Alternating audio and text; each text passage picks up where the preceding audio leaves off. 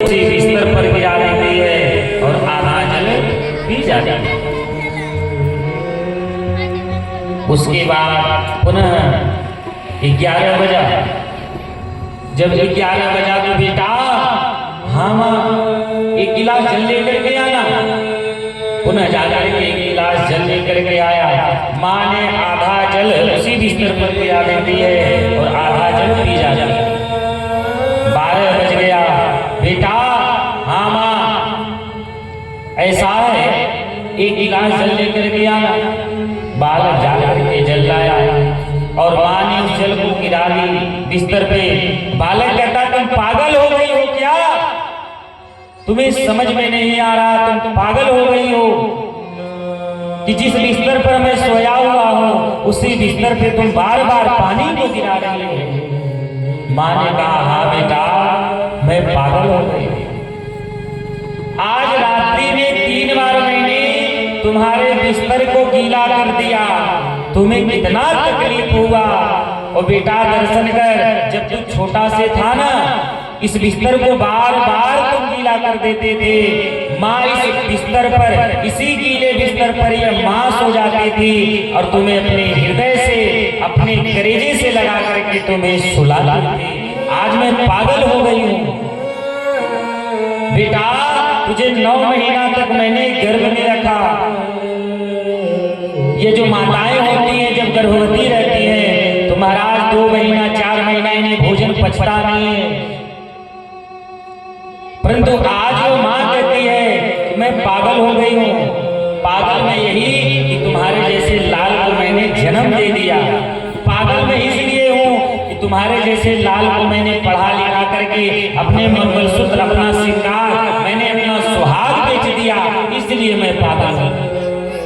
आज रात्रि में 3 बार मैंने जल गिरा दिया, तुम्हें इतना तकलीफ। तुम दर्शन करो, तुम सोचो जब छोटे से थे तो इस बिस्तर को बार बार तुम गीला करते थे। इसी गीले बिस्तर पर बेटा मैं सो जाती थी और तुम्हें हृदय से सुलाती थी।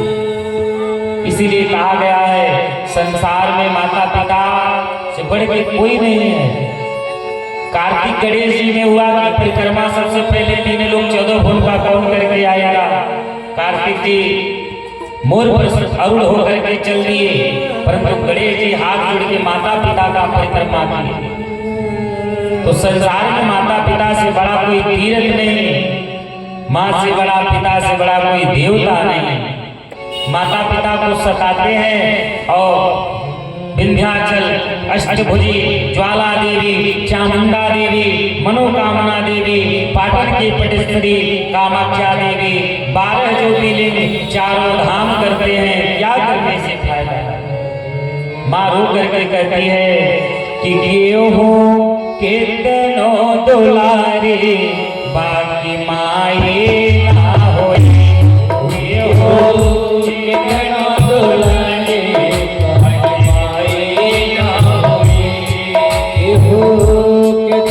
दुलारे बाकी माये ना होए। हो जग में माये बिना के हुए हो, जग में माये बिना के हुए सहाय ना हुए, सहाय ना हुए। हो कितनो दुलारे बाकी माये ना होए। हो दुलारे बाकी माये ना होए।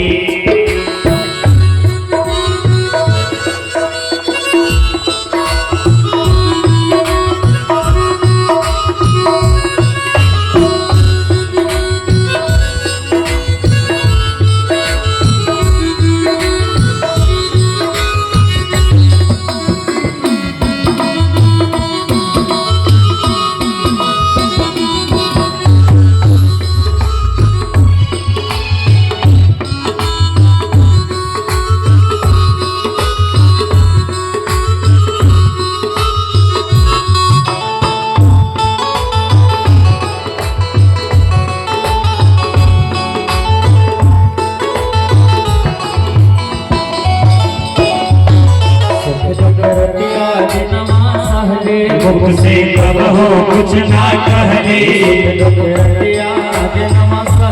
मुख से कब हो कुछ ना कहे, सुख दुख दिया जितना सहली, मुख से कब हो कुछ ना कहे, ममता से दाढ़ी के हो, ममता से दाढ़ी मलाई ना हुए हो, मलाई ना हुए हो, कितना दुलारी बाकी माई ना हुई हो, कितना दुलारी बाकी माई ना हुई।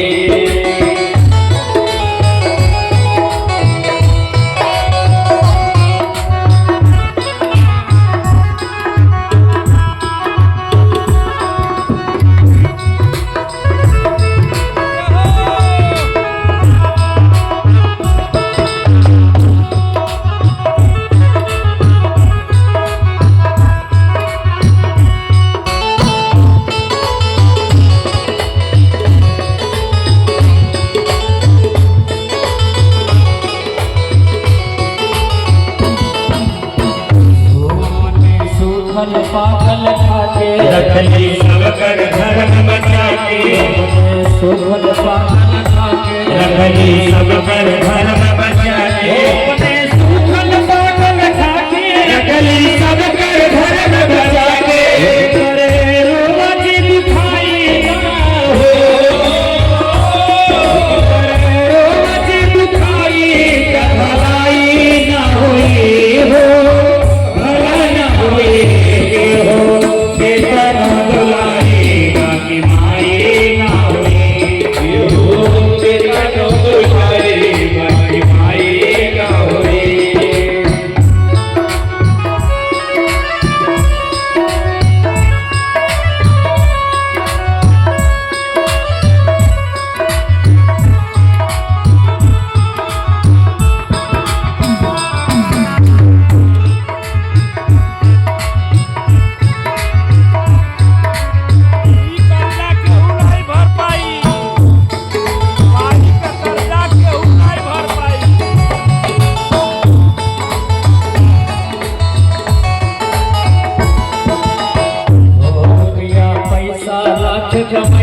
सुंदर रंग महल बनवैबा, पैसा लाख कमैबा, सुंदर रंग महल बनवैबा, पैसा लाख कमैबा, सुंदर रंग महल बनवैबा, से रस गाढ़ी के हो, से रस गाढ़ी के कमाई ना होए, कमाई ना होए हो,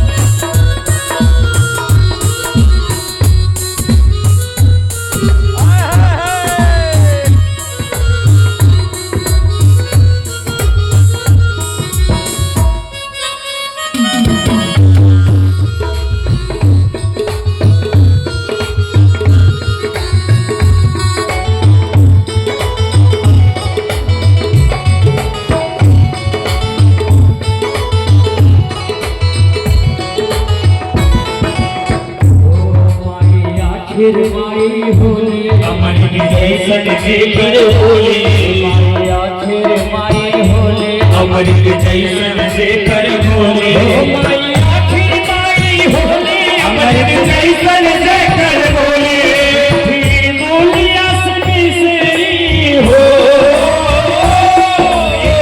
बोलिया से बिसरी मलाई ना हुई हो, मलाई ना हुई हो,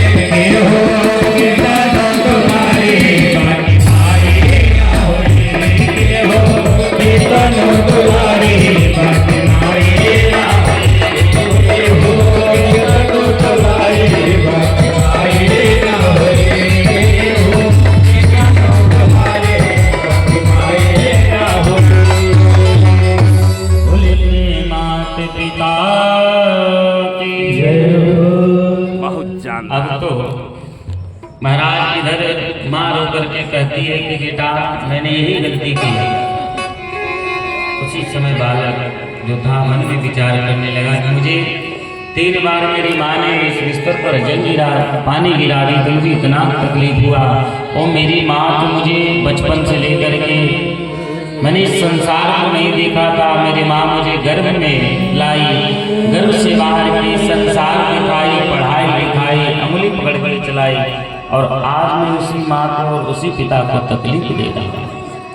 बालक रो करके माता पिता के चरणों में नम्र करता हूँ कि हे माँ मुझसे अपराध हो गया, मुझे क्षमा कर दो। माँ तो माँ होती, माता पिता के सामने बच्चा चाहे जैसा भी चीज कर ले, क्षणिक मात्र में वह रुष्ट हो जाते हैं, तो क्षणिक मात्र में वह मान भी जाता है। महाराज माँ के चरणों में नमन करने लगा, पिता के चरणों में हृदय से लग करके नमन करता कि हे पिताजी आप मुझे माफ कर दें। विदेश जाकर के पत्नी को घर लेकर के आया, माता पिता के साथ रहने लगा।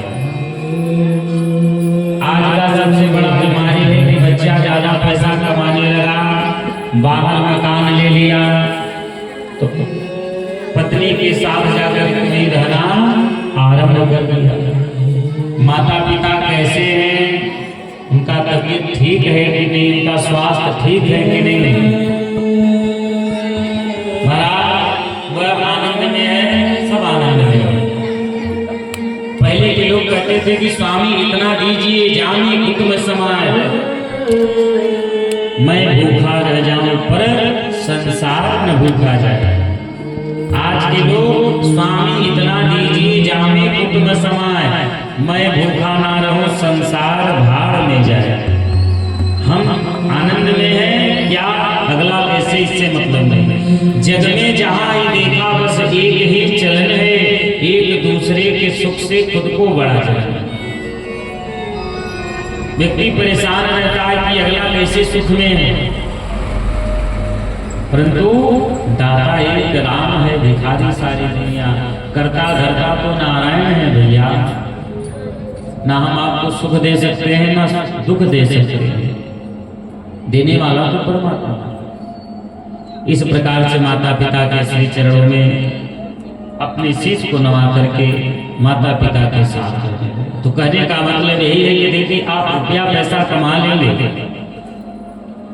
पैसा से दवा खरीद लेंगे, स्वास्थ्य नहीं खरीद पाएंगे, पैसा से पुस्तक खरीद लेंगे परंतु ज्ञान नहीं खरीद पाएंगे, पैसा से व्यक्ति को खरीद सकते हैं परंतु माता पिता को नहीं खरीद सकते, पैसा से अन्य को खरीद सकते हैं परंतु अपनी भूख को नहीं खरीद सकते, पैसा से बिस्तर को खरीद लेंगे परंतु अपनी नींद को नहीं खरीद है। वो भी जरूरी पर सब कुछ नहीं है।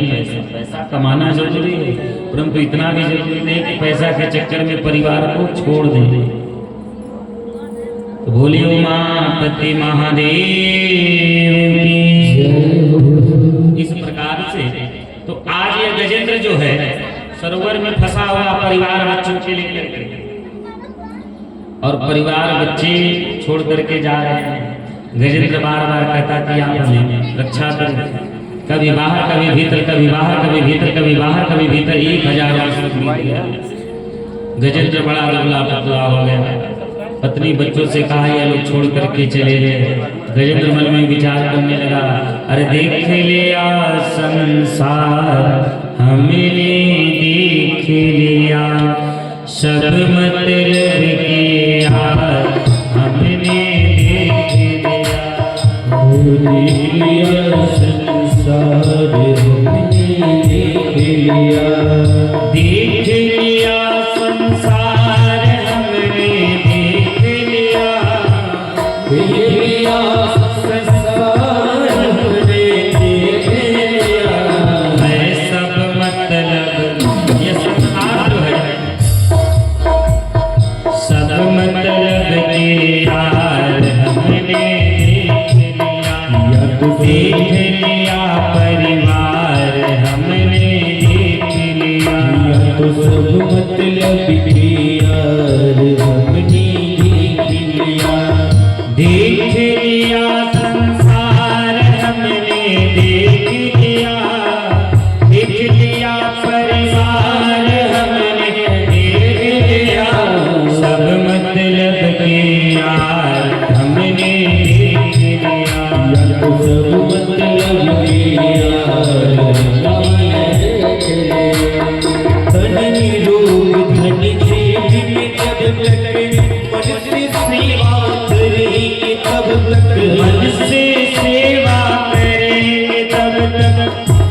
से सेवा करेंगे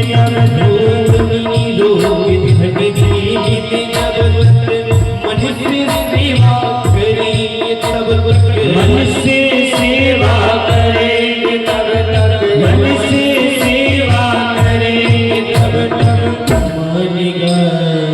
मानेगा परिवार हमने देख लिया संसार हमने देख लिया सब मतलब की यार हमने देख लिया जिसका विश्वास किया है उसने हमें निराश किया है उसने हमें निराश किया है जिसका विश्वास किया है उसने हमें निराश किया है उसने हमें निराश किया है बनकर रिश्ते लाए हमने देख लिया संसार हमने देख लिया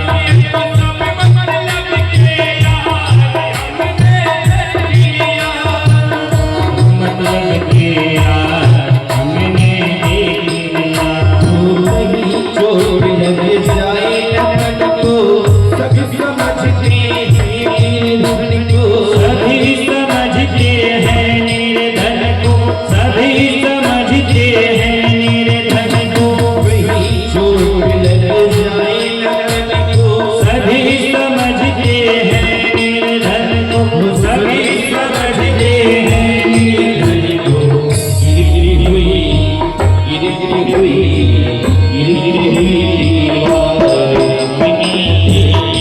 देख लिया परिवार हमने देख लिया सब मतलब की यार हमने देख लिया सब मतलब के यार हमने देख लिया संतों का संदेश यही है मूल मंत्र हरि ओम यही है मूल मंत्र हरि ओम यही है मूल मंत्र हरि ओम यही है संतों का संदेश यही है मूल मंत्र हरि ओम यही है मूल मंत्र हरि ओम यही है मूल मंत्र हरि ओम यही है हरि सुमिरन में हरि सुमिरन में हरि सुमिरन में देख लिया संसार हमने देख लिया सब मतलब की यार हमने देख लिया सब मतलब के हार हमने देख लिया देख लिया संसार हमने देख लिया देख लिया संसार हमने देख लिया देख लिया परिवार हमने देख लिया देख लिया परिवार हमने देख लिया सब मतलब की यार हमने देख लिया सब मतलब के यार हमने देख लिया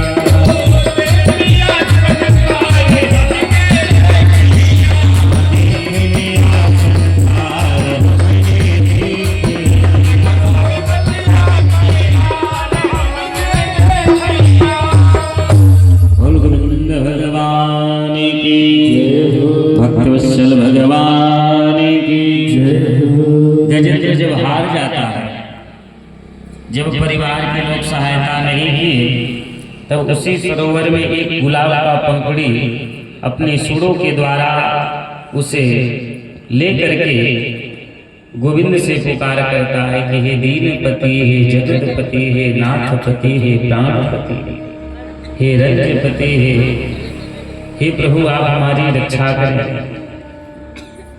पाहि पाहि बार बार पुकार करता है कहता है कि हे प्रभु हमने देख लिया परिवार हमने देख लिया सब मतलब के यार हमने देख लिया संसार हमने देख लिया सब मतलब के यार हमने देख लिया। ये संसार में सब मतलब है सुर नर मुनि सब की यही रीति स्वार्थ लाभ कर जजमान जी भी ब्राह्मण का सम्मान कब तक करते हैं? जब तक अनुष्ठान चलता है उसके बाद विदाई कर देंगे। ब्राह्मण देवता भी कब तक? जजमान जी जब तक कार्यक्रम चल रहा है उसके बाद नाक बाप संबंधी जो लोग आएंगे कार्यक्रम तक को प्रेम है, उसके बाद तो चले जाएंगे। पंछी भी उस वृक्ष को छोड़ देती है जब उस वृक्ष पर फल देना बंद हो जाता है। आज उसी प्रकार से गजनीज भगवान से पुकार करता है कि हे प्रभु, अगर आप हमें संभालेंगे नहीं तो हम डूब जाएंगे, कृपा करिए। तब कहता है, गुलाब की पंखुड़ी को लेकर के प्रभु से पुकार करता है कि हे प्रभु, आइए आप मेरे लाल को बचाइए। अरे पकड़ लो बाण रघुराई, पकड़ लो बाण रघुराई, नहीं तो डूब जाएंगे। पकड़ लो बाण रघुराई, नहीं तो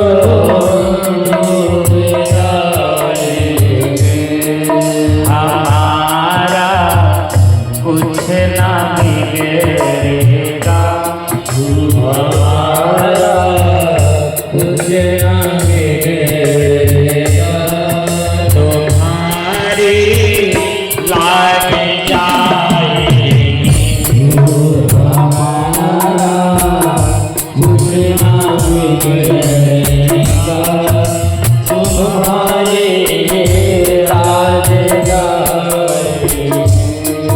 संभालो नहीं राघो, संभालो नहीं राघो, तो काटे चुभ जाएंगे।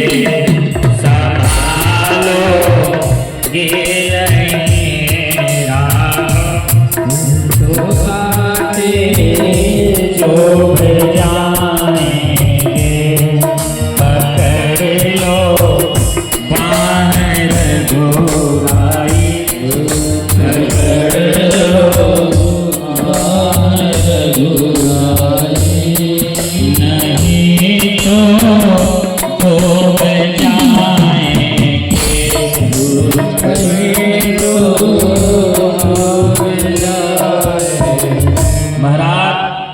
गजेंद्र जो ही पुकार करता है भगवान हरि चल चलते हैं। मैया लक्ष्मी कहती हैं सागर की बसैया से कि हे प्रभु आप कहाँ जा रहे हैं? तब भगवान कहते हैं कि मेरा भक्त इस समय संकट में है। मैया लक्ष्मी कहती कि किन्हें अति शीघ्र, तब भगवान कहते हैं कि मेरा भक्त संकट में है भक्त यही भगवान है भक्त यही भगवान यही भगवान यही कहलाते भक्त यही भगवान यही भगवान यही कहलाते सत्य यही भगवान यही है, सत्य यही भगवान यही भगवान यही कहलाते हैं। सत्य यही भगवान यही भगवान यही कहलाते हैं। और भगवान कहते हैं हरि भक्त का भाव विमल हो तो, अगर भक्त का भाव विमल है तो मैं उसके पास चला जाऊंगा। मैं ऊंच नीच जात पात में कुछ नहीं देखता। हरि भक्त का भाव विमल हो तो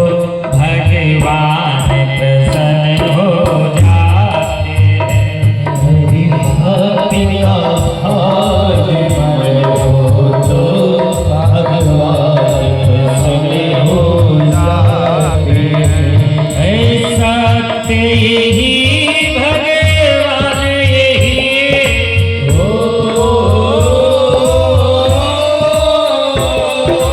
सत्य यही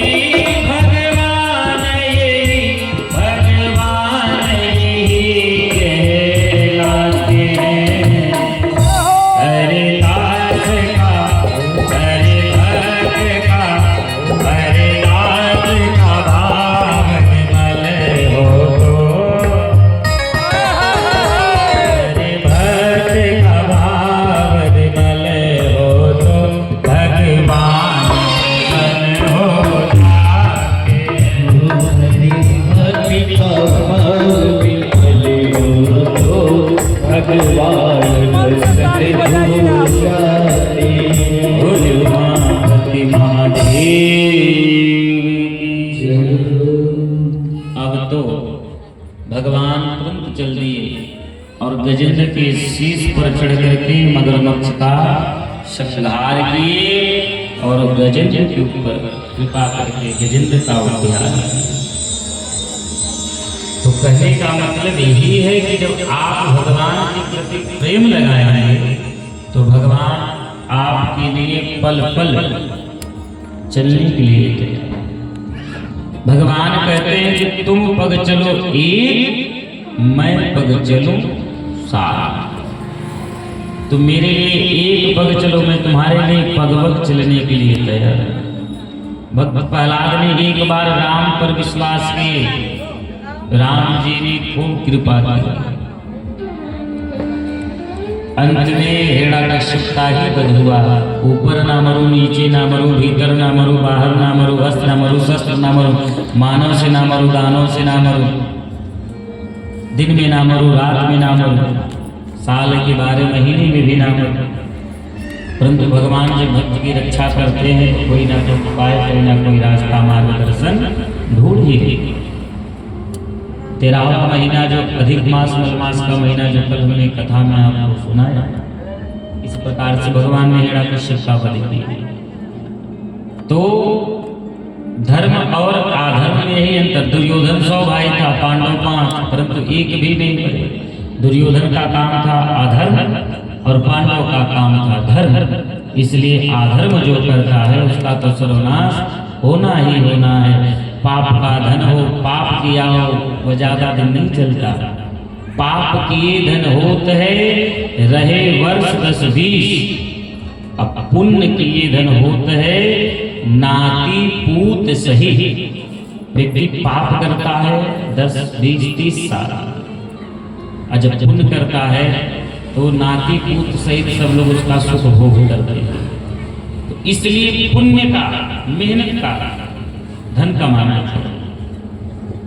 और नहीं तो जो धन जैसे आवत वह धन वैसे जा। आपने तो पैसा कमा लिया, कोर्ट कचहरी हो गया, बहुत सारा संपत्ति नष्ट हो जाएगा। तो इसलिए जब आप पुण्य से कमाएंगे तो उसमें बरकत होगा।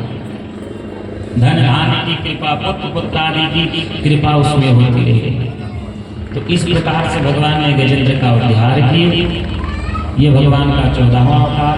15वां अवतार भगवान का समुद्र मंथन के समय जो हमने कल बताया, समुद्र मंथन की कथा में भगवान ने धनवंतरी भगवान में प्रकट किया। ये भगवान का 15वां अवतार। 16वां अवतार भगवान के जमदग्नि के यहाँ परशुराम भगवान ने अवतार लेकर के क्षत्रिय को 21 बार क्षत्रियहीन किए। तो बोले परशुराम भगवान की जय। ये भगवान का 16वां अवतार। 17वां अवतार भगवान सूर्यवंश में श्री राम जी महाराज दशरथ जी के यहाँ 4 भाई के रूप में भगवान अवतरित हुए। बोले चारों भैयन की जय, श्री अयोध्यानाथ की जय, राम जन्मभूमि की जय। इस प्रकार से भगवान का यह 17वां अवतार। 18वां अवतार सत्यवती के गर्भ से भगवान वेदव्यास जी का रूप लेकर के प्रकट हुए। तो बोले वेदव्यास जी महाराज की जय, वेदांत की रचना की। ये भगवान का 18वां अवतार। 19वां अवतार भगवान का नारद और बलराम अवतार। तो बोले नारद भगवान की जय। ये भगवान का 19वां अवतार। 20वां अवतार जो है 20वां अवतार जो है भगवान कन्हैया जी का अवतार हुआ, जो आज हम लोग बड़े सुंदर भाव के साथ लाला का जन्मोत्सव झांकी के साथ मनाएंगे और बढ़िया भाव से सोहर बधैया मंगल गीत होगा, सब लोग प्रेम से ताता भैया करेंगे। तो ये भगवान का 20वां अवतार जो कृष्ण अवतार लेकर के रूप लेकर के अवतार लेकर के देवता और प्राणी मात्र की रक्षा करने के लिए भगवान ने अवतार लिया। ये भगवान का 20वां अवतार। तो बोले कृष्ण भगवान की ये भगवान का 20वां अवतार। 21वां अवतार भगवान बुद्ध रूप में अवतरित होकर के पाखंड को व्याप्त किए। 21वां अवतार भगवान का बुद्ध अवतार। तो बोले बुद्ध भगवान की ये भगवान का 21वां अवतार। 22वां अवतार भगवान का एक मोहिनी अवतार, जो हमने मंथन के समय आपको बताया, विश्व मोहिनी अवतार। बोले मोहिनी अवतार की मोहिनी भगवान की ये भगवान का 22वां अवतार। 23वां अवतार भगवान का एक हंस अवतार भगवान ने किया। बोले हंस भगवान की भगवान का अभी तक 23 अवतार हो चुका है भक्तों। 24वां अवतार भगवान इस कलयुग में अवतार लेंगे। तो जो 24वां अवतार है भगवान का, ये बड़ा अद्भुत होगा। इस अवतार की कथा हम आपको 8वें दिन, कथा के 8वें दिन हम आपको सुनाएंगे, जिस दिन कथा का विश्राम है। कली अवतार की कथा महाराज परीक्षित को श्री सुखदेव जी महाराज परीक्षित से उपदेश देना और महाराज परीक्षित से आदेश लेना। तो यह कथा हम आपको कली अवतार भगवान अष्टम दिवस में जब भगवान कथा का विराम होगा तब आपको हम श्रवण कराएंगे। आगे की कथा है हमारे श्याम सुंदर भगवान की जन्म की कथा। तो आइए हम लोग बड़े सुंदर भाव के साथ भगवान की कथा में श्री सुखदेव जी महाराज से महाराज परीक्षित करते हैं कि हे प्रभु, आपने हमें बताया कि सूर्य वंश और चंद्र वंश आपने हमें विस्तार से सुनाया। आपने कहा श्री कृष्ण भगवान अपने मेरे माता के गर्भस्त्र से मुझे रक्षा की। जब महाराज परीक्षित उत्तरा देवी के गर्भ में थे तो अश्वत्थामा द्वारा छोड़ा गया ब्रह्मास्त्र, जो भगवान ने उत्तरा देवी के गर्भ में प्रवेश करके महाराज परीक्षित का रक्षा की। यही महाराज परीक्षित पूछते हैं कि प्रभु, आपने कहा कि भगवान ने मुझे माँ के गर्भ में दर्शन दिया और मेरे प्राण की रक्षा की, और इतना ही नहीं, महाभारत में मेरे दादा परदादा के ऊपर बड़ी कृपा की है। और अभी भी आपने बताया कि भगवान बलराम जी का गिनती मैया रोहिणी के गर्भ से आता है और कन्हैया जी का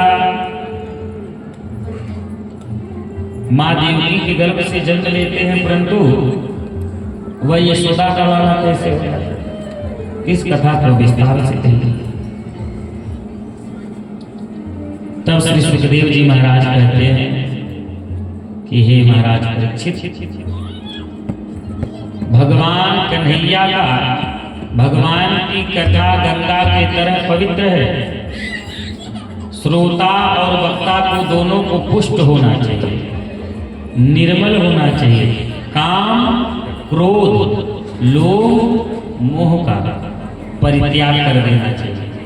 जो कथा सुनने के लिए आवे, नहीं हरदम के लिए तो कम से कम 3 घंटा, 2 घंटा, 4 घंटा जो भी आप समय दिए, काम को भूल जाइए, काम क्रोध को भूल जाइए, काम क्रोध लोभ को भूल जाइए और मोह को भूल जाइए। जो हमने इस काम क्रोध लोभ मोह का कथा आपने पहले दिन में भी बताया। काम यह है कि कथा में आने के बाद भी मुझे यह करना वह करना। काम क्रोध दिन भर तो किए, कथा में आकर के क्रोध कर रहे हैं। काम क्रोध लोभ, कथा सुनने के लिए आए। किसी ने कहा भैया फलाने भैया बोले कि 5000 रुपया रखा हुआ है। अब वो कथा सुनने के लिए आया, वहाँ से कथा नहीं सुना, पैसा लेने चले। मोह, काम, क्रोध, लोभ और मोह क्या है? दादाजी ने चला घर से कथा सुनने के लिए चलते हैं, महाराज जी का कथा सुनेंगे। तब तक जो ही घर से बाहर निकले नाती नतनी, दादा बाबा कहाँ जा रहे हैं? पता चला कि महाराज आज नहीं कल जाएंगे कथा सुनने। ऐसे करते करते ये उम्र चली जाती है, जवानी भी बीती, बुढ़ापा, बचपन भी बीती, अब बुढ़ापे का होगा ये सब एक एक दिन करते हुए बीत जाएगा। हमारा आपका क्या एक एक दिन सरकता हुआ जा रही है? संसार का क्या अर्थ है? हमारा आपका एक एक दिन सरकता हुआ जा रहा है।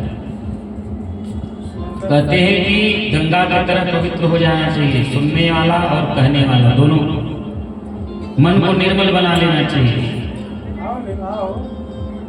गंगा की तरह पवित्र होना चाहिए।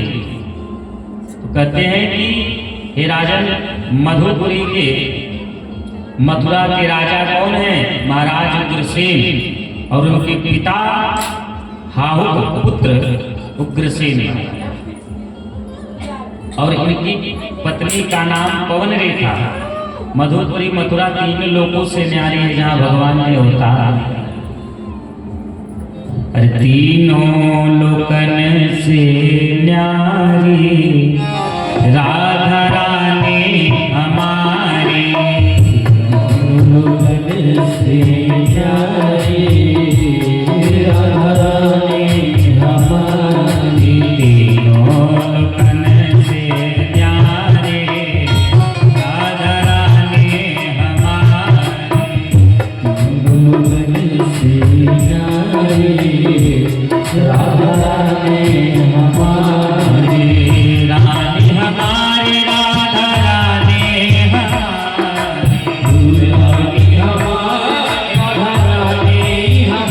राधा रानी हमारी, तीनों लोकन से प्यारी, तीनों लोकन से प्यारी राधा रानी हमारी,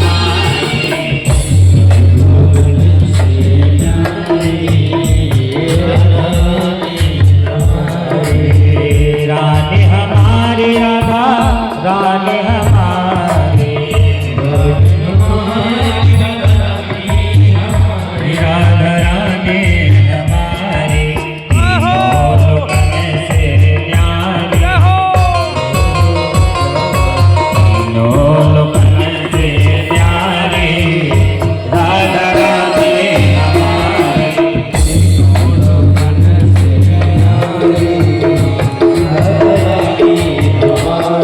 बोले राधा रानी सरकार लाडली सरकार की, किशोरी जी की। अब तो महाराज कहते हैं कि उग्रसेन महाराज की पत्नी का नाम पवन है।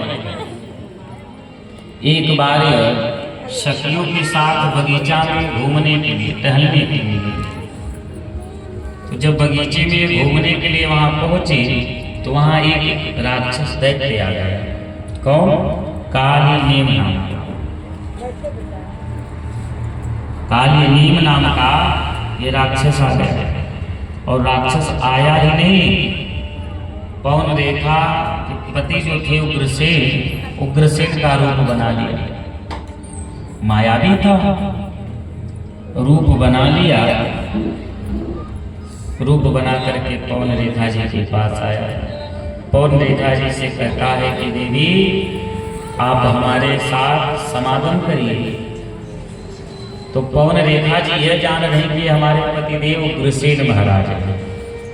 तो वह कहती है कि स्वामी ये गौधुल के समय 4 काम नहीं करना चाहिए।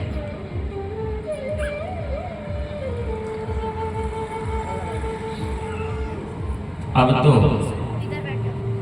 काली नीम नाम का यह राक्षस कहता है कि देवी आप हमारे साथ समागम करिए। पवन रेखा जी इसे पति अपना मान रहे हैं। पवन रेखा समझ रही कि उग्रसेन महाराज है। तो पवन रेखा कहते हैं कि 4 काम नहीं करना चाहिए। क्या क्या? पति पत्नी को समागम नहीं करना चाहिए, गदबेलिया के समय, गोधूल के समय भोजन नहीं करना चाहिए, वेद का अध्ययन नहीं करना चाहिए और सोना नहीं चाहिए। इस समय जो पति पत्नी समागम करते हैं उस समय का संतान बड़ा भयंकर होता है, बड़ा राक्षस प्रकृति का होगा। इसलिए 4 काम गोधूल के समय नहीं करना चाहिए, भोजन नहीं, सोना नहीं, समागम नहीं, स्वास्थ्य, वेद वेदांत को पढ़ना नहीं चाहिए। लेकिन ये राक्षस का ये क्या जाने नहीं है, तो वहां वह काली नीम नाम का राक्षस ऐसा करता है। और आज इस मृत्यु लोक में भी ऐसे ऐसे प्राणी हैं कि जो ना गोधूल देखते हैं, ना भोजन के लिए, ना सोने, जब नींद लगे तब सो गए, जब भूख लगे तब खा लिए, और जब मन करे तब पति पत्नी संग में समागम कर लिए, और जब मन करे तब स्वाध्याय वेद को पठन पाठ करने लगे। परंतु ऐसा नहीं करना चाहिए, ऐसा करने से आपको कष्ट ही मिलेगा। जो संतान जन्म लेगा वह बहुत ही दुष्ट स्वभाव का होगा, राक्षस होगा, हिरण्यकश्यप भी होगा। ये हिरण्यकश्यप का जन्म जो हुआ था ये भी गोधूल के समय ही दिति और कश्यप ने समागम किया,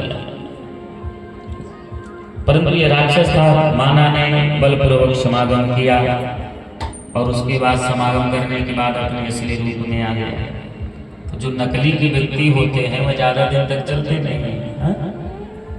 चोरी जैसे ज्यादा दिन तक नहीं छिप सकता है, वैसे नकली संत, नकली डॉक्टर साहब, नकली ब्राह्मण, नकली पति, नकली पत्नी, नकली जो भी रहेगा वह ज्यादा दिन तक चलेगा नहीं।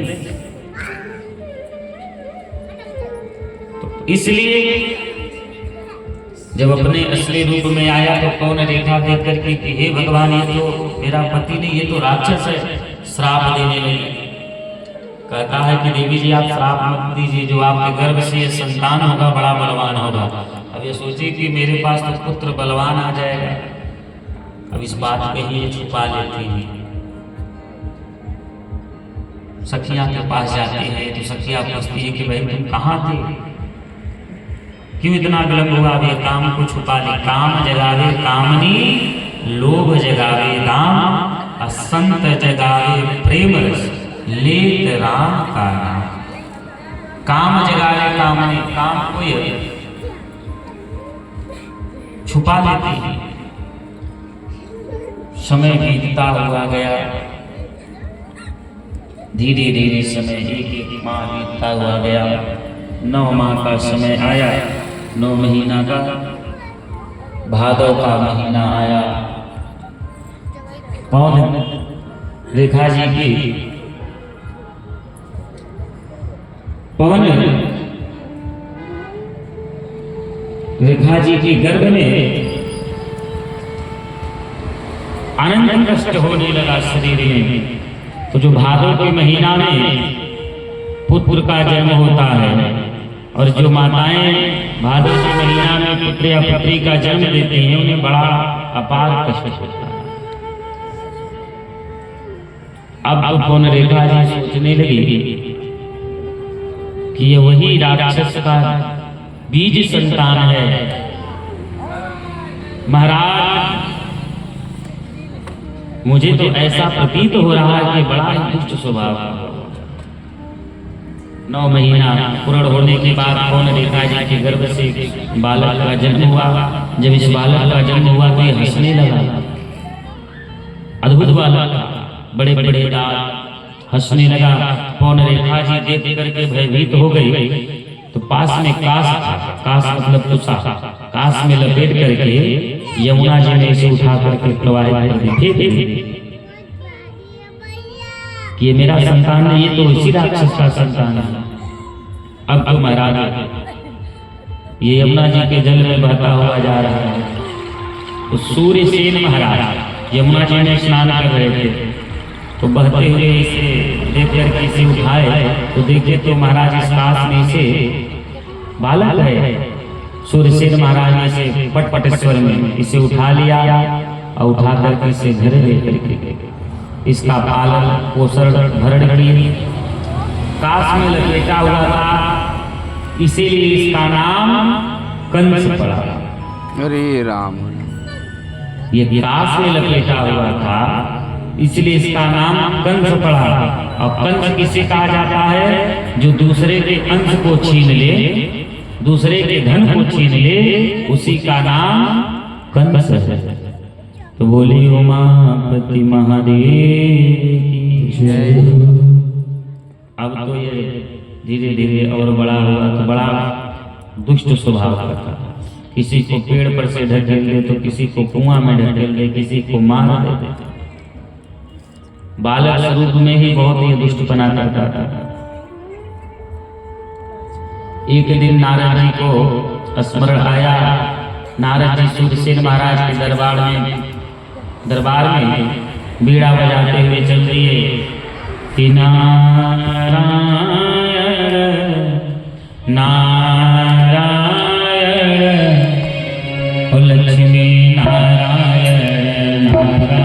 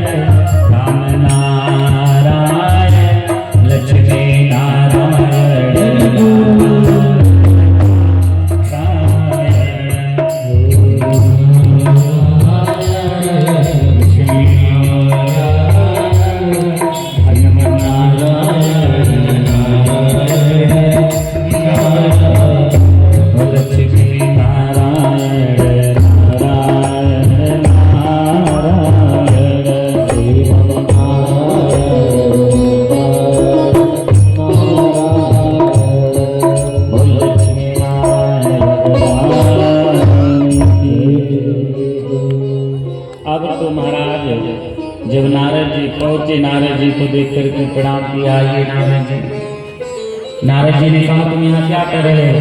कंस ने कहा ये मेरा घर है, इसीलिए मैं अपने घर पर हूँ। नारद जी ने कहा ये तुम्हारा घर नहीं, ये तो नकली घर है। तुम्हारा असली घर है, तुम्हारे असली पिता तो मथुरा के राजा उग्रसेन हैं। अब तो ये हमारा सूर्यसेन महाराज के से तनिक भी दया नहीं आया कि मैं पानी में जल में बह रहा। इन्होंने मुझे उठा करके ला करके भरण पोषण किए, इसे तनिक भी दया नहीं आया। तो जो दैत्य राक्षस होते हैं उन्हें दया नहीं आता। आप किसी के साथ कितनों एहसान कर दीजिए वो तुरंत भूल जाते हैं। ये दैत्य राक्षसों का, ये पापियों का पहचान है। क्षणिक मात्रा में बोले। ऐसे ही कंस ने कहा ये कुछ नहीं, हमारे असली पिता उग्रसेन है। ये हमारा सूर्यसेन को छोड़ करके भाग गया उग्रसेन महाराज, और जा करके माता पिता के चरणों में नमन करने लगा। पिताजी आप हमें कहाँ छोड़ दिए थे? पिताजी ने कहा भैया तुम इतने बड़े, कहाँ से मेरे पास संतान आ गए? कहाँ से तुम कब के आकाश से कि पृथ्वी से? कहा पिताजी हमें किसी ने बताया कि माता ने जन्म देते ही मुझे काश में लपेट करके यमुना जी के जल में प्रवाहित कर दी, और हमें सूर्यसेन महाराज ने बटवटेश्वर में उठा करके भरण पोषण किए। मैं काश में लपेटा हुआ था, इसलिए मेरा नाम कंस पड़ गया। पिताजी हम आपके ही पुत्र हैं। जब इतना परिचय दिया तो महाराज उग्रसेन ने कहा ठीक है बेटा तुम मेरे ही संतान हो, आराम से रहो। अब कंस जब मथुरा में उग्रसेन महाराज के यहाँ आया, जब और बड़ा हुआ तो पहला इसका काम क्या था? जितने ब्राह्मण थे सबको बंदी बना लो। ये ज्यादा प्रचार करते हैं, जहां देखे तहां भगवान की कथा करते हैं। इन्हें बंद कर दोगे तो कोई कथा कहने वाला नहीं रहेगा, तो कोई सुनेगा नहीं। जब कोई कहेगा नहीं तो सुनेगा कहां से? ये जो जितने पंडित जी लोग हैं सभी ब्राह्मणों को पकड़ करके जेल में बंद कर दो। जितने बड़े बड़े मंदिर है सारे मंदिर में बड़े बड़े ताला लगा दो। सारे संत महात्मा को बंदी बना करके जो ना माने उसकी शीश को काट दो। खूब इसका अत्याचार बढ़ा। अष्टभष्ट न आचार संसार धर सुनेन का। अब तो महाराज कंस का इतना अत्याचार बढ़ा, पृथ्वी मैया आकर के ब्रह्मा जी से प्रार्थना करती है कि प्रभु कृपा करो, कंस का अत्याचार बढ़ गया है। ब्रह्मा आदि सभी देवता नारायण की प्रार्थना किए। जब भगवान की प्रार्थना की तो कहते हैं कि प्रभु अवतार लो, अवतार लो, अवतार लो, अवतार लो,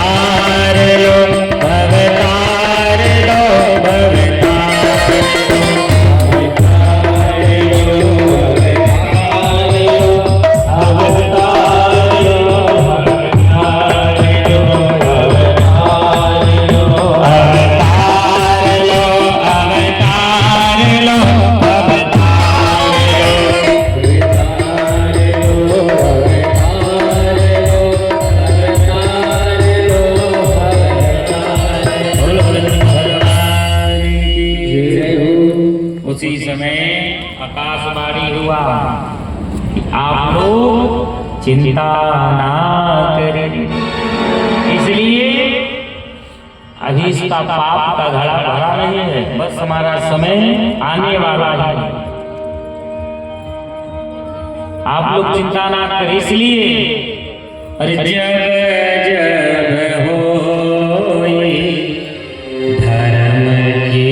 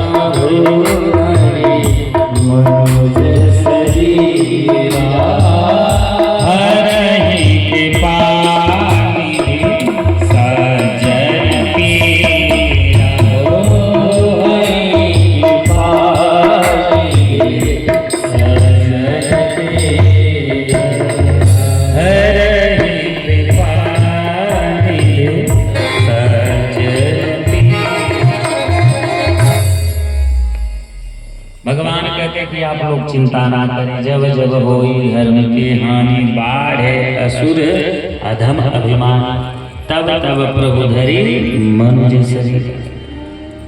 हरि कृपा निधि सज्जन पीरा। आप चिंता ना करें। अब तो कंस का इतना अत्याचार बढ़ा, अपने आसपास के जितने छोटे छोटे बड़े बड़े राजा थे सबको यह परास्त कर दिया, सबको अपने बस में बंदी बना लिया महाराज। और इतना ही नहीं, जब लोगों ने कहा उग्रसेन महाराज से कि आप अपने बालक को समझा लीजिए, तो उग्रसेन महाराज ने कहा कि बेटा तुम क्यों गलत काम कर रहे हो, गड़बड़ काम कर रहे हो। कंस ने कहा कि हे महाराज उग्रसेन, आप हमारे पिता हैं, इसलिए हम आपको छोड़ रहे हैं। पिता ने डांटा कि तुम्हें ऐसा काम नहीं करना चाहिए, बार बार यही बात को रिपीट किए। कंस ने कहा ये मेरे पिता को भी जेल में बंद करो, ये भी पागल हो गया।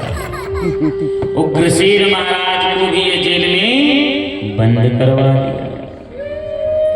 उसके बाद आज यही दशा, आज इस मृत्यु लोक में कंस बन करके अपने माता पिता को सता रहे हैं। माता पिता अगर कोई अच्छा मार्ग बता रहे हैं कि बेटा तुम ऐसा मत करो, तो यहाँ के कंस माता पिता को सता रहे हैं। तो इसलिए आज इस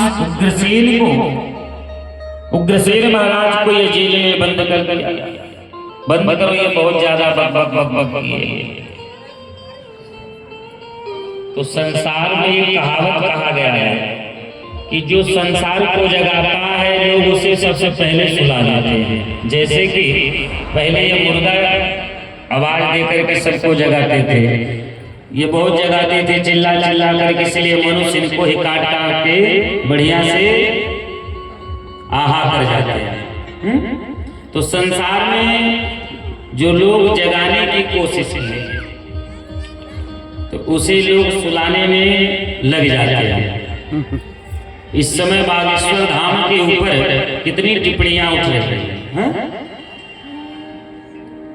बड़े से बड़े मीडिया, बड़े से बड़े अधिकारी जाकर के जांच किए, परंतु कहा गया है ना कि जे के राम ना बिगड़े हैं ओके लोग का बिगाड़ी, जे के राम ना बिगड़े हैं ओके लोग का बिगाड़ी।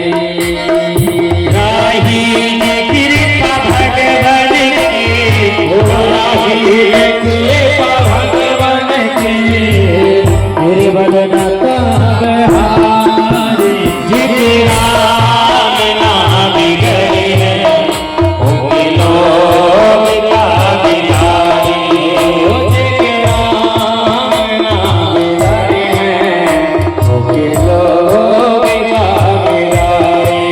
बोले श्री रामचंद्र भगवान की जय। तो जिसके ऊपर भगवान की कृपा हो, भले ही वह चाहे जैसा हो, उसे कोई कुछ नहीं कर सकता। बालन बाका होता है उसका जिसका कृपा निधान, मारने वाला है भगवान, बचाने वाला है भगवान। जिसके ऊपर भगवान की कृपा उसे कुछ भी नहीं कर सकता। और जिस दिन भगवान की कृपा हट जाती है तो क्या हुआ, हार्ट अटैक आ गया, क्या हुआ, बाप ने बेटा का कपड़ा ही फोड़ दिया, क्या हुआ। तो इसलिए जो जो जगाने की कोशिश किए लोग उनको सबसे पहले सुलाना चाहते हैं। तो यहाँ कंस ने जब अपने पिता को बंदी बना लिया, छोटे छोटे राजा को जीत करके अपने बस में कर लिया। एक जरासंध के पास एक बहुत बलवान हाथी था, उस हाथी का नाम था कुबलिया पेड़। जरासंध के पास कुबलिया पेड़ हाथी था, उसके दरबार से कुबलिया पेड़ हाथी छूट जाता, उसे कोई पकड़ नहीं पाता। कंस उसे खेल खेल में हाथ पकड़ा, पैर पकड़ा, उठा करके जरासंध के दरबार में फेंक दिया। कंस ने कहा भैया इतना बलवान कौन है कि जो कुबलिया पेड़ हाथी को उठा करके फेंक दिया, जो कुबलिया पेड़ हाथी के पास लोग नहीं जाते, पता लगा। पता चला कि महाराज उग्रसेन का ही पुत्र है यह कंस। जरासंध ने कहा मुझे ऐसे ही दामाद चाहिए, मैं भी बलवान, मेरा दामाद भी बलवान। जरासंध के पास दो पुत्रियां थी, आस्ती और प्राप्ति। दोनों पुत्रियां का विवाह कर दिया धूमधाम से, और दहेज में कुबलिया बिन हाथी को भी दे दिया कि भैया आप हमके समारोह ले जाइए। आवत है। आनंद के साथ रहने लगा। मथुरावासी से गाली देने लगे कि बहुत बड़ा पापी है, अपने पिता को जेल में बंद कर दिया, सबको सता रहा है। कंस ने सोचा कि मुझे कुछ अच्छा काम करना चाहिए, तो कंस ने अपने चाचा की पुत्री देवक की पुत्री मैया देवकी अपने चाचा की पुत्री देवक महाराज की पुत्री देवकी का विवाह वासुदेव जी के साथ पक्का कर दिया। वासुदेव जी ने कहा भैया मुझे विवाह नहीं करना है। कंस ने कहा अगर तुम विवाह नहीं करोगे तुम्हें बहुत मारूंगा। दबाव में विवाह वासुदेव जी के साथ पक्का कर दिया। धूमधाम से विवाह हुआ। गांव के लोग कहने लगे भैया कोई अपने संग बहन का विवाह नहीं कर पाता, यह तो अपने चाचा की पुत्री का विवाह कर दिया। बहुत बढ़िया राजा है। अब ये सोचा कि नाम बढ़िया चल रहा है हमारा, तो कुछ और अच्छा काम करें। उसी समय इसने कहा कि सारथी से अब मैं इस रथ को मैं स्वयं चला करके अपने बहन को और बहनोई को विदा करूंगा। रथ पर बैठा, बड़े प्रसन्न होकर के रथ को जो ही आगे बढ़ाया, भयंकर गर्जना हुई।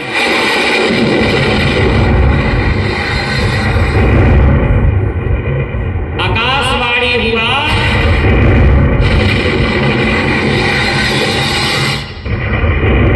कि हे दुष्ट कंस, जिस बहन को तुम इतने प्रसन्नचित होकर के ले जा रहे हो, इसी देवकी के 8वें गर्भ से तुम्हारा काल जन्म देगा।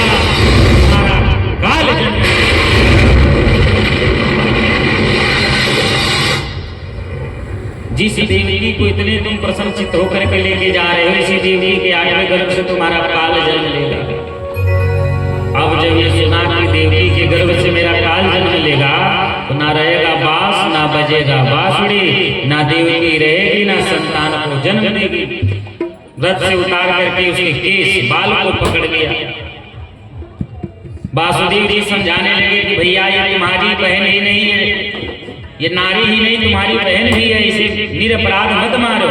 शास्त्र में बताया जाता नारी निंदा मत करो, नारी नर के खान, और नारी से पैदा हुए ध्रुव और प्रहलाद। नारी का निंदा नहीं करना चाहिए, नारी को मारना नहीं चाहिए। अगर नारी गलती कर रही है तो उन्हें समझाइए, परंतु उसे निरपराध नहीं मारना चाहिए, बिना गलती के कुछ उसे नहीं डांटना चाहिए। नारी निंदा मत करो, नारी नर के खान, नारी से पैदा हुए ध्रुव और प्रहलाद। नारी अगर नहीं होंगी तो यहाँ हम और आप भी नहीं होंगे। ये आदि शक्ति है, जगदम्बा है, इसलिए नारी का अपमान नहीं करना चाहिए। आज किसी के घर पुत्री हो गया तो हे भगवान कितना बड़ा संकट आ गया। अब पुत्र आ गया तो गांव भर मिठैया बजेगा, भांगड़ा बजेगा। मानो कितने बड़े दुश्मन है। अगर आज ये हमारी माताएं ना रहे तो भैया लोग कहाँ से आप लोग हैं? इसलिए हमारी माताएं और जो ये नारी है उनका निंदा नहीं करना, जो कि भैया से सुख भी मिलने वाला नहीं है। आत्मदेव परेशान थे कि मेरे पास संतान नहीं है, और जब हो गया तो तब भी परेशान थे कि मेरा जो मान मर्यादा पर प्रतिष्ठा बचा है सब नाश करने में लगा हुआ है। तो जब पुत्र नहीं था तब भी परेशान है, जब पुत्र हो गया तब भी परेशान है। इसलिए यहाँ तक राजा सगर में 60,000 पुत्र थे, सुख नहीं पाए। खटवांग ने सुख नहीं पाया महाराज, अंग ने सुख नहीं पाया महाराज, दशरथ ने सुख नहीं पाया। पुत्र वियोग में ही प्राण चला गया। 2 पुत्र निहाल, 2 पुत्र बनवास। और यहाँ तक उग्रसेन महाराज का देखिए लाला है कंस, जो पिता को जेल में बंद कर दिया। और यह मृत्यु लोग के भी लाला लोग हैं। अगर माता पिता कुछ ज्यादा बोले तो चुप रहिए, फालतू बोलिए मन नहीं तो सेवा पानी बंद। तो इसलिए ये तब भी लाला लोग थे और आज भी लोग हैं। तो इधर महाराज वासुदेव जी ने कहा तुम्हें इसके पुत्र से भय है, मैं तुम्हें संकल्प देता हूँ, जो पुत्र होगा मैं तुम्हें ला करके दे दूं। सत्यवादी वासुदेव नाम से परिचय, यथा नाम तथा नाम का बहुत बड़ा प्रभाव पड़ता। वासुदेव जी ने कहा ठीक है, कंस ने छोड़ दिया। समय बीतता हुआ गया, एक पुत्र हुआ, वासुदेव जी ने ला करके दे दिया। ला करके जब दिया तो कंस ने कहा ये छोटा सा बच्चा हमारा क्या बिगाड़ा, मुझे तो 8वें पुत्र से भय है, कहा ले जाओ। अब तो महाराज लेकर के चले गए, परंतु नारद जी घूमते हुए आए, नारायण नारायण नारायण गाते। नारद जी को देख करके महाराज प्रणाम, कैसे आना हुआ? नारद जी ने कहा अपने जीवन में केवल मारपीट के अलावा कुछ पढ़े लिखे भी हैं यहाँ? कंस ने कहा जरूर कुछ जानते हैं। एक कमल का पंखुड़ी दे दिए, गिनती करो 1 2 3 4 5 6 7 8, 1 2 3 4 5 6 7 8। नारद जी ने कहा समझ में आया, पहला 8वां पहला हुआ सकता। कंस ले आओ। प्रथम पुत्र को बुलाया, पैर पकड़ा, उठा करके पटक दिया। सीताराम एक एक पुत्र को नारायण समझ करके 6 पुत्र को मार डाला, विष्णु समझ करके। 7वें गर्भ में भगवान का जो समय हुआ तो भगवान कहते हैं लक्ष्मण भैया से कि देखो भैया, तूने रामावतार में मेरा बड़ा सेवा की, अब की बार तुम्हें कृष्णावतार में मेरा तुम बड़ा भैया बन जाओ, छोटा भाई बन के हम तुम्हारा कुछ सेवा कर लें।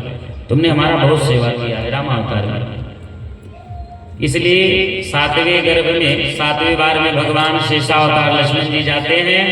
योग माया से भगवान कहते हैं कि योग माया से कि एक गर्भ से मैया देवकी के गर्भ से माँ रोहिणी के गर्भ में इन्हें प्रविष्ट कर दीजिएगा। और जब महाराज कंस को बता दिया जाएगा कि 7वां गर्भ नष्ट हो गया है, 7वें गर्भ में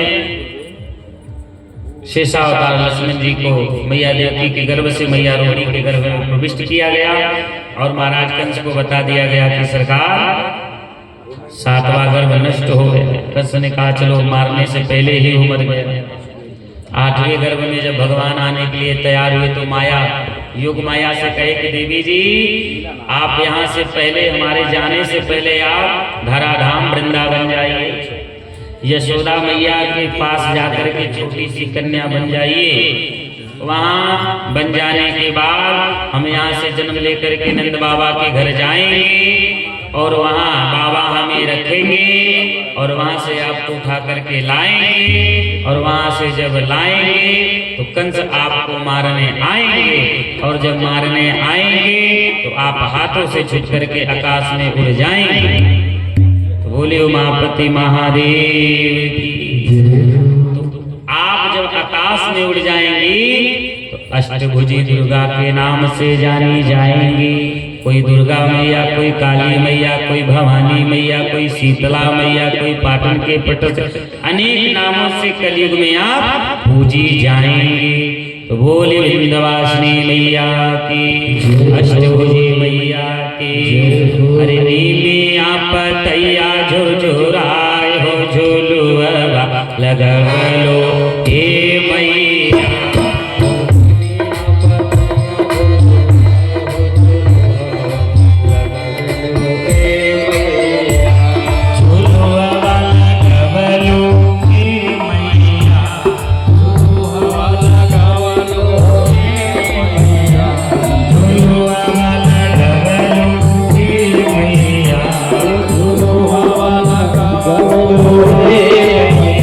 हरे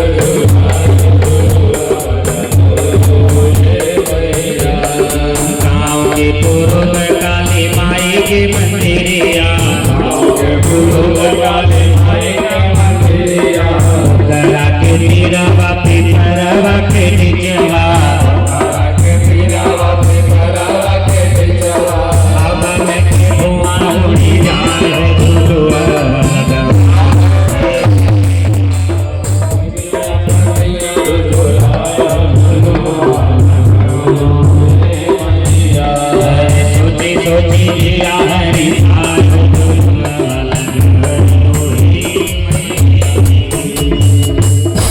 बोले अष्टभुजी दुर्गा मैया की जय। भगवान ने योग माया को सारी बातों को समझा दी कि आपको ऐसे ऐसे करके जाना है और हम भी जहाँ हमको चलना है हम वहाँ चल रहे। तब तक देवता सारे आ गए।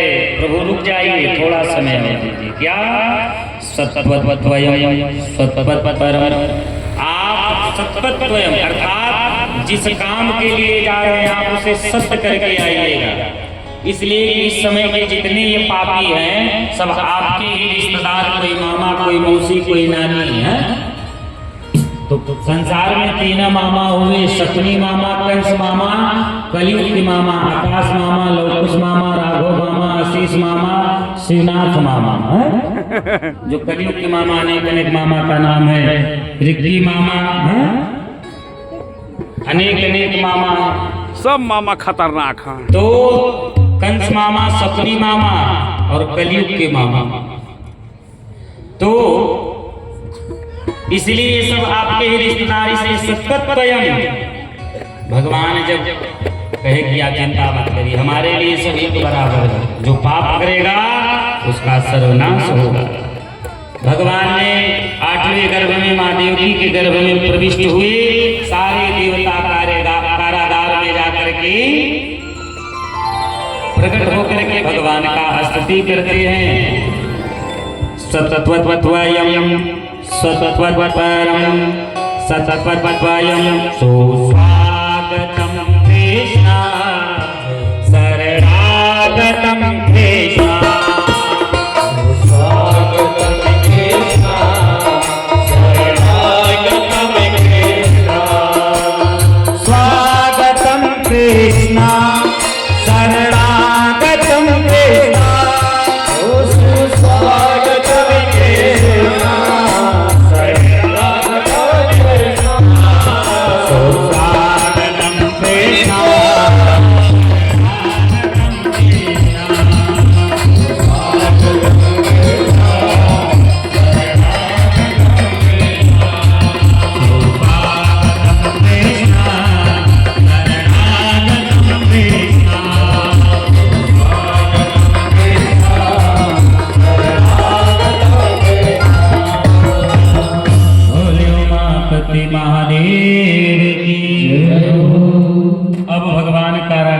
चतुर्सन रूप में प्रकट हो गए, चार चार हाथ लेकर के। मैया देवकी सारे देवता देख करके बड़े प्रसन्न हो गए।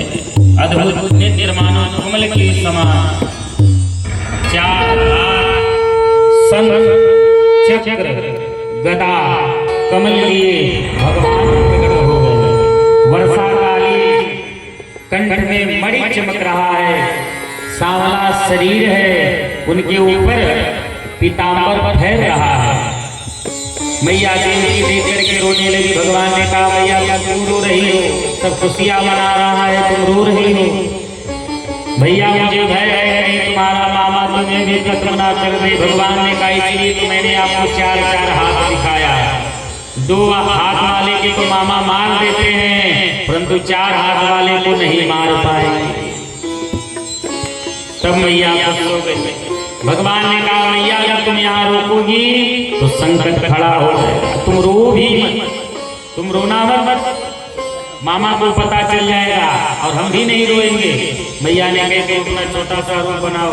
भगवान ने कहा मैं छोटा सा रूप बना लूंगा, परंतु वासुदेव जी से कह दीजिए कि आप मुझे सोफा में रख लें और यमुना पार करा के नंद बाबा के घर पहुंचा दे, वहां से योग माया कन्या को यहाँ उठा ला। वासुदेव जी लेकर के लाला को चल दिए। वासुदेव जी लाला को लेकर के प्रेम से चल दिए।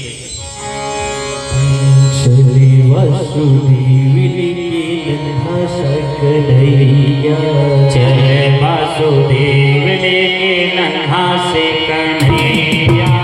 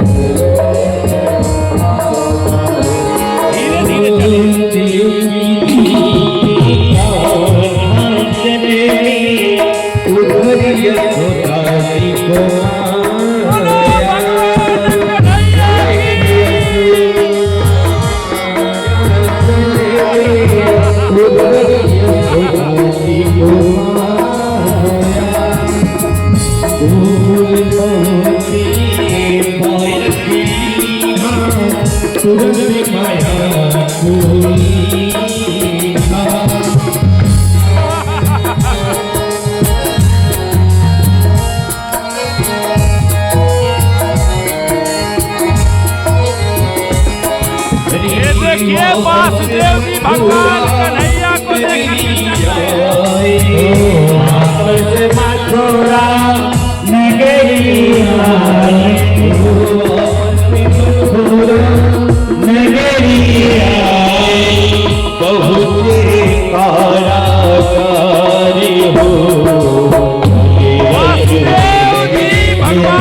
कन्हैया को मथुरा से गोकुला लेकर के जा रहे हैं।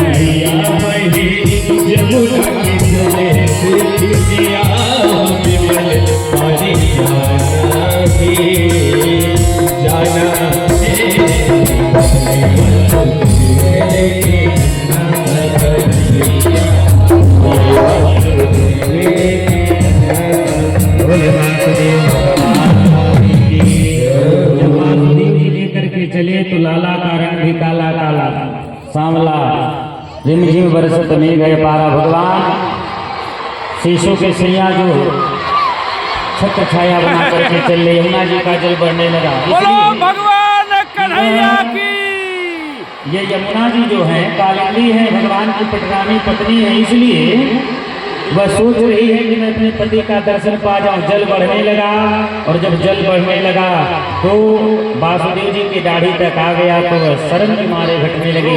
भगवान ने अपने चरणों को बढ़ाया, जल स्पर्श हुआ, शांत हो गए। बोल यमुना मैया की।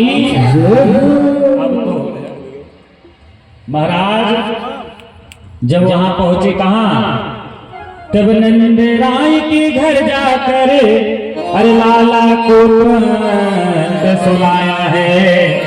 अरे माया की कन्या सोती थी, माया की कन्या सोती थी, फिर उसको व्रत आया है। माया की कन्या सोती थी, वापस लौटे मथुराए, वापस लौटे मथुराए, बांधे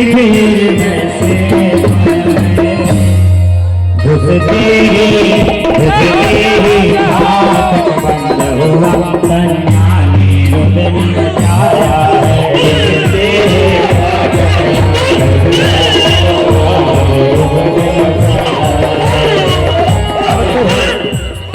नंदराय के घर जाकर के लाला को तुरंत सुलाया है। माया की कन्या सोती थी, उसको तुरंत उठाया है। वापस लौटे मथुरा आए, बंद घेर में से पाया है और घुसते ही फाटक बंद हुआ, कन्या ने रुदन मचाया। ये देखिए भगवान वसुदेव जी मथुरा से गोकुला लेकर के जा रहे हैं भगवान कन्हैया को। और जो ही जागा तुम कारागार में आए, देखा कि ये तो कन्या जन्म ली है। जो ही मारने चला आकाश में उड़ गई, अष्टभुजी दुर्गा के नाम से कहलाई। कहती है कि वो मूढ़ मुझे क्या मारेगा, तेरी बुद्धि भ्रष्ट हुई, तेरा प्रयास सब विफल हुआ, तेरी हत्या की सृष्टि हुई। इस घोर पाप से वो पापी तू भारी कष्ट उठाएगा, नहीं बचेगा दुर्बुद्धि, हरि हाथों मारा जाएगा। बोले बोले भगवान की। इस प्रकार से अष्टभुजी दुर्गा मैया करके अंतर ध्यान हो जाती है। और यहाँ जब करते हैं क्या, अब तो भयो नहीं आगे पथ नहीं, अब तो भयो नहीं आगे पथ नहीं, अब तो भयो नहीं आगे पथ नहीं, अब तो भयो नहीं आगे पथ नहीं, अब तो भयो नहीं। धीरे धीरे चलिए। नंद बाबा इसलिए कि अब तो भय नहीं आगे पति, अभी तक हुआ नहीं, आगे क्या जाने भगवान। तब तक सुनंदा भैया भैया, अब इनका माला और जोर जोर से चलने लगा। बहन क्या बात है भैया, तिजोरी का चाबी कहाँ है? जो ही नंद बाबा ने कहा बहन क्या बात है, तू जल्दी से बता दे, तिजोरी नहीं सब कुछ लुटा दूंगा, इसलिए पहले तू बता दे। सब सुनंदा कहते भैया बधाई हो, बधाई हो, आपके घर गल्ला हुआ और सारे मोहल्ले में हल्ला। नंद बाबा इतने प्रसन्न, तिजोरी का चाबी दे दी, आदेश किए 9 लाख गैया को सजा दिया जाए। और 9 लाख गैया ऐसे नहीं, सींग में स्वर्ण लगा करके अपूर में जो गौ माता का पैर खुर होता है उसमें चाबी लगा करके दान करना आरंभ कर दिए। अन्न धन सब कुछ लुटाना आरंभ कर दिए। ब्राह्मण को संतुष्ट करने लगे और सभी ब्राह्मण को बधैया स्वर मंगल गीत होने लगे। तो भगवान का समय क्या था? जन्म का भादव मास पक्ष अधियारा,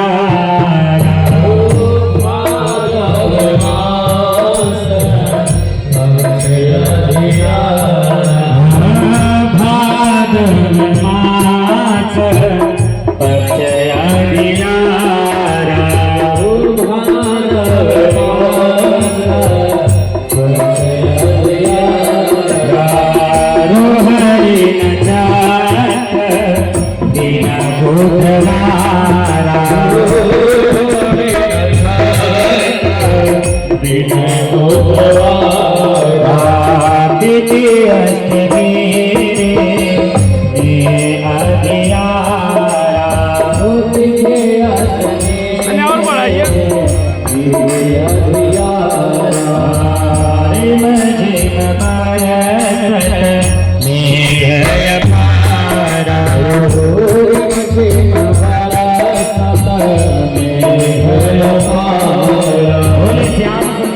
भगवान की भाद्र मास पक्ष दियारा रोहिणी नक्षत्र दिन बुधवार रोहिणी नक्षत्र तिथि अष्टमी रिमझिम बरसत मेघ अपारा भगवान का प्रादुर्भाव हुआ।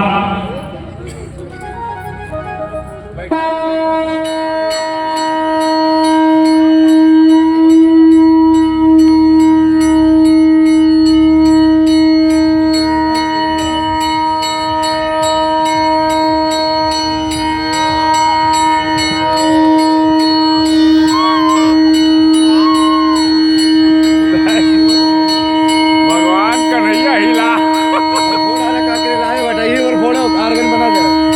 हिलावत हवा।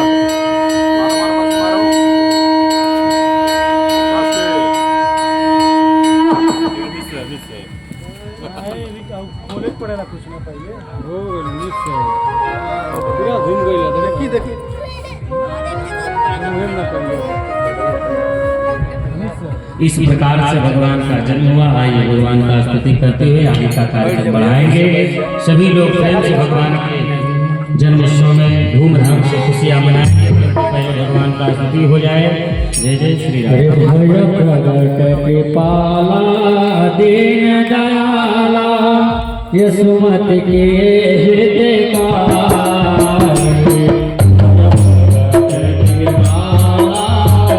दीन दयाला यशुमति के हितकारी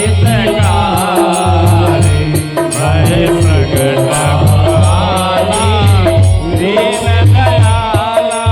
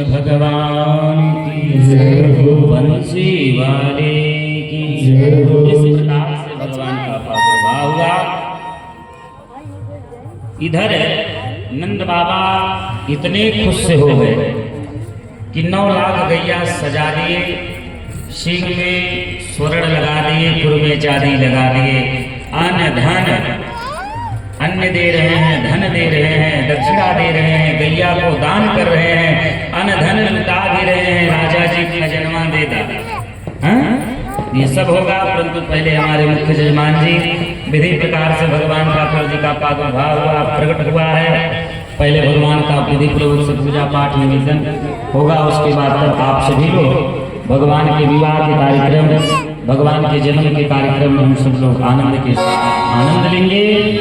पहले हमारे मुख्य जजमान जी के द्वारा कार्यक्रम संपन्न हो जाए। वहाँ आनंद बाबा ने अनेक अनेक प्रकार का दान किए। वहाँ आनंद बाबा के पास भी कोई कमी नहीं था और ठाकुर जी की कृपा से हमारे जजमान जी के पास भी कोई कमी नहीं है।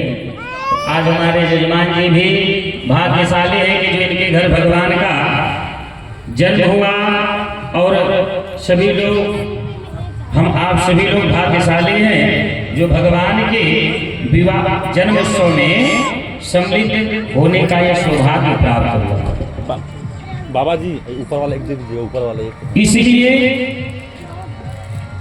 हम सभी लोग प्रेम से लाला की बधैया में मंगल गीत सोहर सब कुछ होगा, परंतु पहले लाला का विधि प्रकार से पूजन, उसके बाद हमारे जजमान जी विधि प्रकार से संकल्प करेंगे।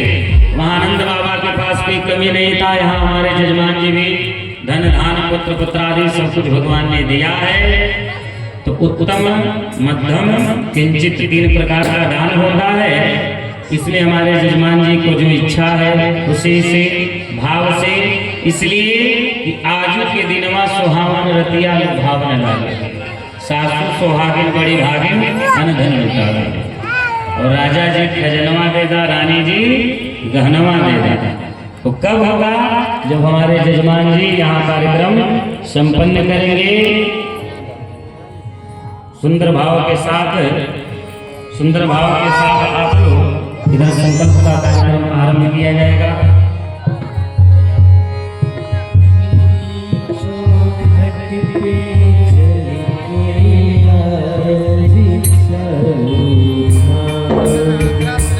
आए हैं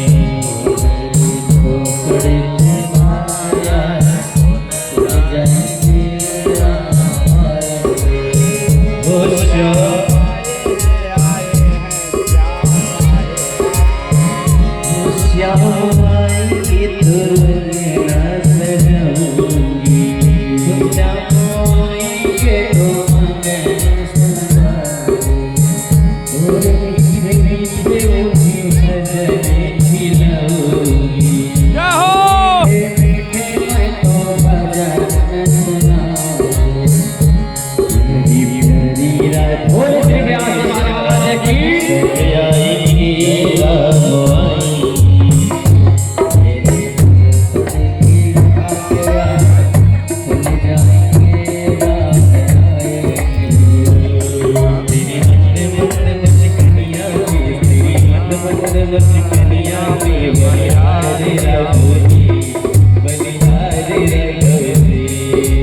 मंद मंद मुस्कनिया पे बलिहार कान्हा जी, ओ बलिहार कान्हा जी।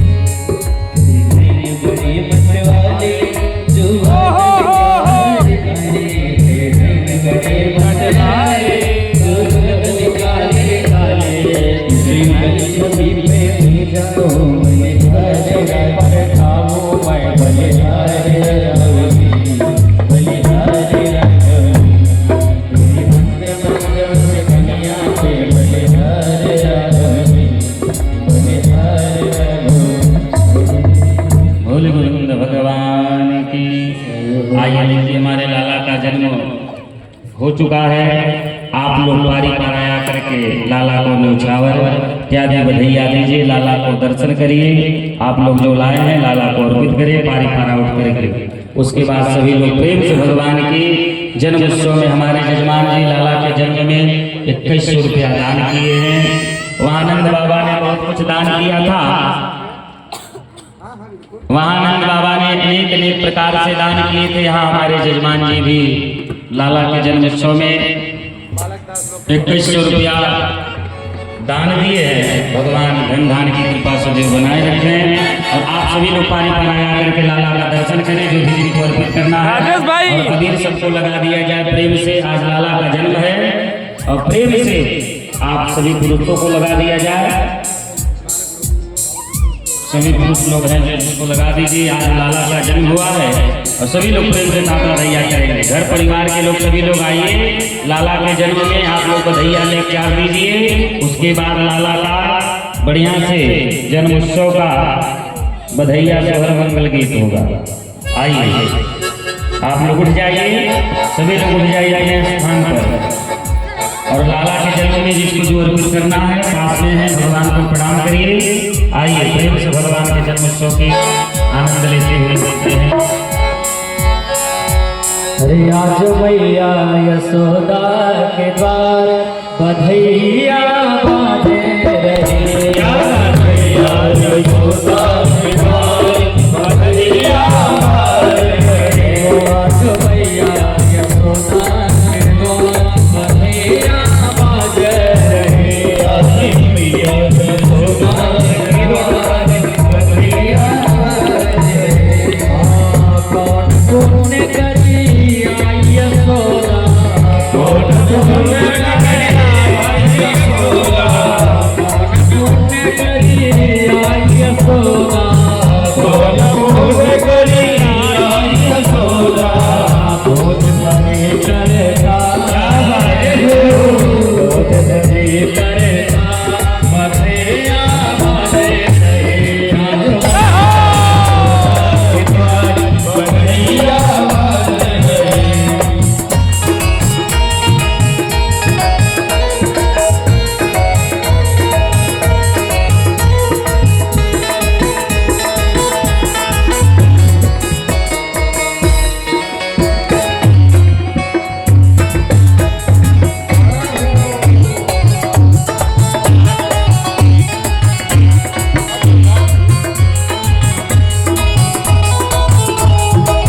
बोल सके अब ना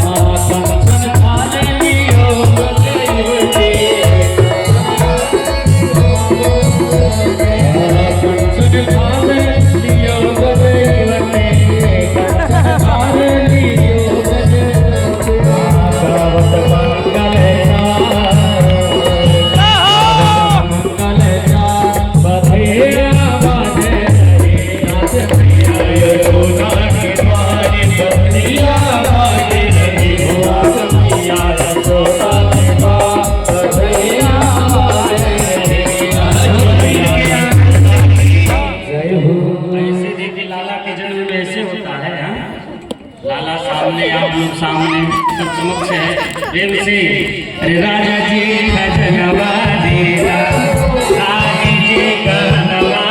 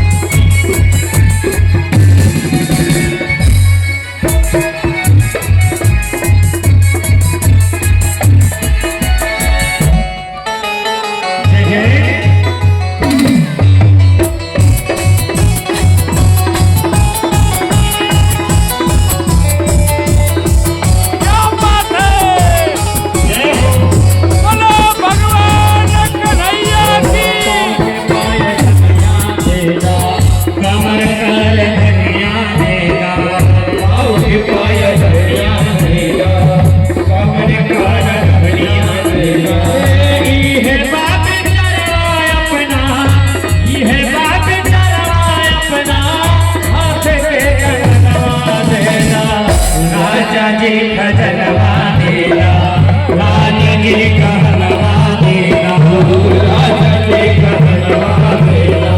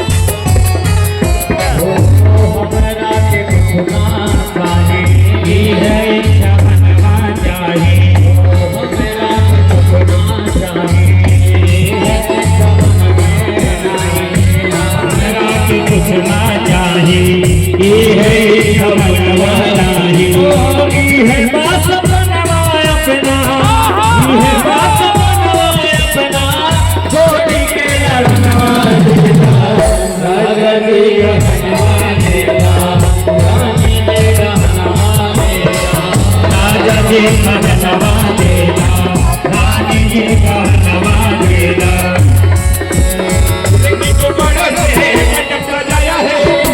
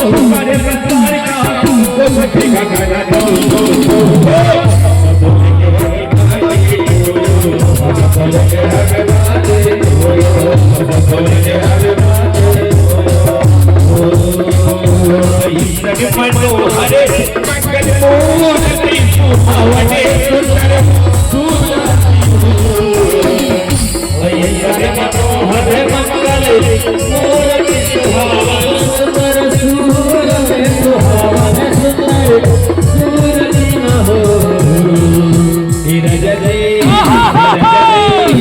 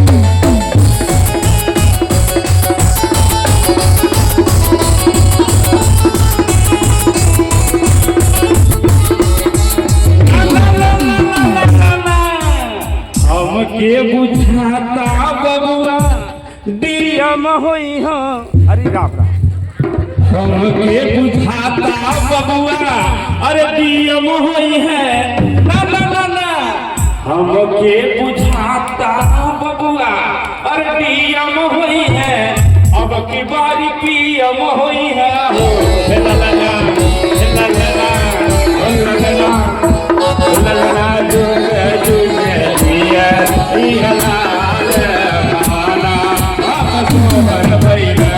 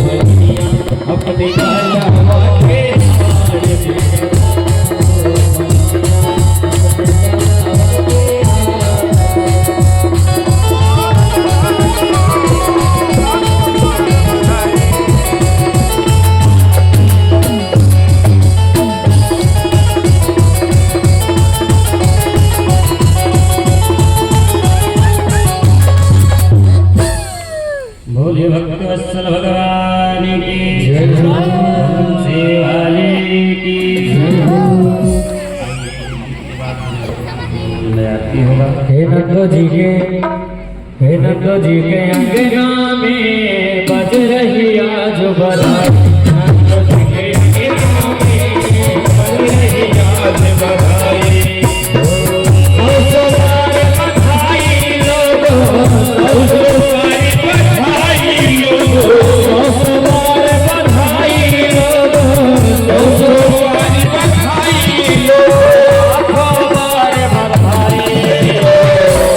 नंदो जी के नंदो जी के हे नंदो जी के अंगना में बज रही आज बधाई नंदो जी के अंगना में बज रही आज बधाई